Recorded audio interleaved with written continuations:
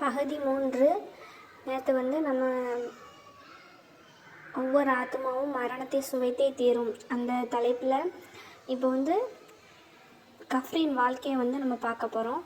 நேற்றோட தொடர்ச்சி வீடியோ இது.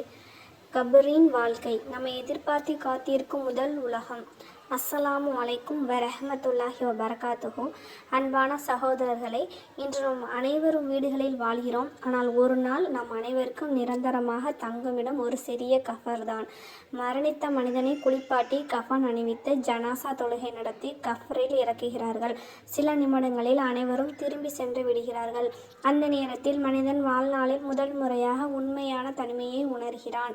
நபி ஸல்லல்லாஹு அலைஹி வஸல்லம் அவர்கள் கூறினார்கள், ஒரு மனிதன் அடக்கம் செய்யப்பட்டு அவனை அடக்கம் செய்தவர்கள் திரும்பி செல்லும் போது அவர்கள் செருப்புகளின் சத்தத்தை கூட அவன் கேட்கிறான். அந்த நேரத்தில் முன்கர் நக்கீர் என்ற 2 மலக்குகள் அவனை எழுப்பி அமர வைத்து கேள்வி கேட்பார்கள். உன் இறைவன் யார்? உன் மார்க்கம் என்ன? உங்களிடம் அனுப்பப்பட்ட இந்த மனிதரை பற்றி என்ன சொல்கிறாய்? இந்த கேள்விக்கு புத்தக அறிவியல் பதில் சொல்ல முடியாது. உலகத்தில் எப்படி வாழ்ந்தோமோ அதன்படி அல்லாஹ் பதில் சொல்ல வைப்பான். தொழுகையை பாதுகாத்தவர், குரானோடு வாழ்ந்தவர், அல்லாவை நினைத்து வாழ்ந்தவர் உறுதியாக பதிலளிப்பார். அப்போது வானத்திலிருந்து ஒரு குரல் வரும், என் அடியான் உண்மையே கூறினான். பிறகு சூனத்திலிருந்து ஒரு கதவு திறக்கப்படும்.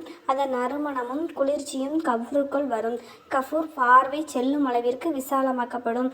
மேலும் அழகான முகத்துடன் இனிமையான வாசனையுடன் ஒருவர் உனக்கு மகிழ்ச்சி உண்டாகட்டும், நீ எதிர்பார்த்த நற்செய்தி இதுதான் என்று கூறுவார்.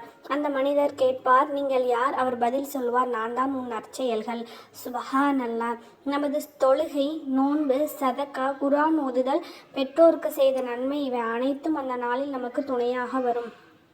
ஆனால் அல்லாவை மறந்து வாழ்பவரின் நிலை மிகவும் பயங்கரமானது. அவரால் பதில் சொல்ல முடியாது. உடனே கஃபர் நெருக்கப்படும்.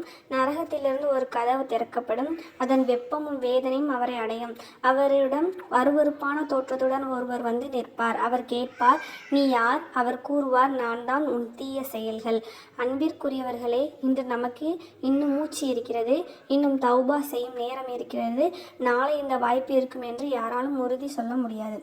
அதனால் நம்ம 5 வேளையும் தொழுகையை பாதுகாப்போம், குர்ஆனை தினமும் ஓதுவோம், பெற்றோருக்கு நன்மைகளை செய்வோம், பிறருக்கு அநியாயம் செய்யாமல் வாழ்வோம், பாவங்களுக்கு மனமுருகி தௌபா செய்வோம். துவா: யா அல்லாஹ், எங்களுடைய கஃரை சுவனத்தின் தோட்டங்களில் ஒரு தோட்டமாக ஆக்குவாயாக. கஃரின் வேதிலிருந்து எங்களை பாதுகாப்பாயாக. ஈமானுடன் மரணிக்கும் பாக்கியத்தை நபி ஸல்லல்லாஹு அலைஹி வஸல்லம் அவர்களின் ஷஃபாத்தையும் எங்களுக்கு வழங்குவாயாக. ஆமீன். யா அல்லாஹ், உன்னை நினைத்து வாழக்கூடிய பாக்கியத்தை எங்களுக்கு நீ அருள் புரிவாயாக. இன்று இந்த மரணத்தை சுவைத்தே தீரும் அந்த இதில் நம்ம பகுதி 3 பார்த்துருக்கோம். பகுதி 4 நாளைக்கு மிச்சத்தை என்ன செய்வோம் பார்ப்போம். அல்லாஹ் நம் அனைவரின் மீதும் சாந்தியும் சமாதானமும் வற்றாத பெருங்கருணையும் நிலவட்டுமாக. அஸ்ஸலாமு அலைக்கும் வரஹ்மத்துல்லாஹி தஆலா வபரகாத்துஹு.